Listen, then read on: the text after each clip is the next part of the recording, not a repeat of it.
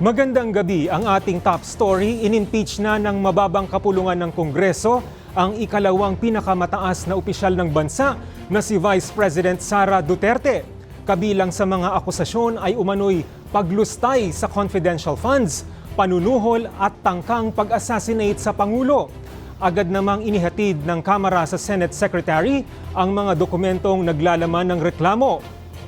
Yan ang tinutukan ni Ace Cruz sa Senado. Ace, makakausad ba itong impeachment resolution gayong magre-recess na ang sesyon bukas? Hinabol nga ni House Sec Gen Reginald Velasco yung paghahatid ng impeachment complaints laban kay Vice President Sara Duterte dito sa Senado. Pero dahil recess na ang Senado bukas, ayon kay Senador Ronald Bato de la Rosa, ay posibleng sa Hunyo na talakayin ito pagtapos ng midterm elections. Mag-aalas 5 ng hapon nang dumating sa Senate compound ang House Secretary General para i-transmit sa Senate Secretary ang tatlong impeachment complaints laban kay Vice President Sara Duterte. Ito yung makaraan itong lumusot sa Kamara matapos lagdaan ng 215 na kongresista. Lampas ito sa required number na 2/3 ng mga mambabatas o 102. About 70% po of the House members, of 306 members, 215 po yung pumirma at sila po na rin acted as complainant. Kabilang sa mga alegasyon laban sa Vice President ay ang umano'y manumalyang paggasta sa 612.5 million pesos na confidential funds. Pero ayon kay Senador Joel Villanueva, sa kabila ng pag-transmit ng impeachment complaints sa Senado, hindi ito agad-agad na madadala sa plenaryo. Dinala. Nasa agenda ba ngayon? Wala. Wala. Ilalagay ba sa reference of business o hindi?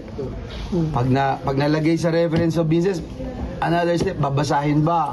Pag binasa ba, saan dadalhin? Ni-refer ba? Saan ni-refer? Diba ganun yung process? Anya, nakahanda ang mataas sa kapulungan na gampanan ng papel bilang impeachment court. Pero dahil huling araw na ng sesyon bago mag-recess, may ilang opsyon gaya ng pagtalakay ng impeachment kahit nakabreak ang Senado. It has to be decided upon plenary action yan. You can paikot or discuss about it among yourselves and then promulgate it in the plenary. Para kay Senador Bato de la Rosa na kilalang kalyado ng pamilya Duterte, hindi na siya nagulat na pinalusot ng Kamara ang impeachment laban sa bise. Expected ko na yun. I have been expecting that to happen. Nakikita ko yung kanilang effort na talaga to impeach sa Bibi Sara.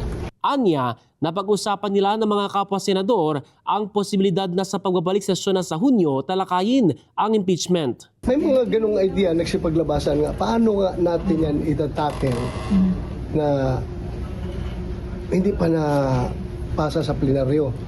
O anong magiging move namin ngayon na naka-break na kami? After elections. Gayunman, tiniyak niyang magiging neutral siya sa ilalabas na desisyon sa usapin. Mga K to Z, oras na maupo ang Senado bilang impeachment court.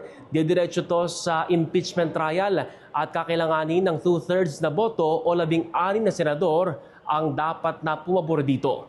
Paul? Salamat Ace Cruz mula sa Senado.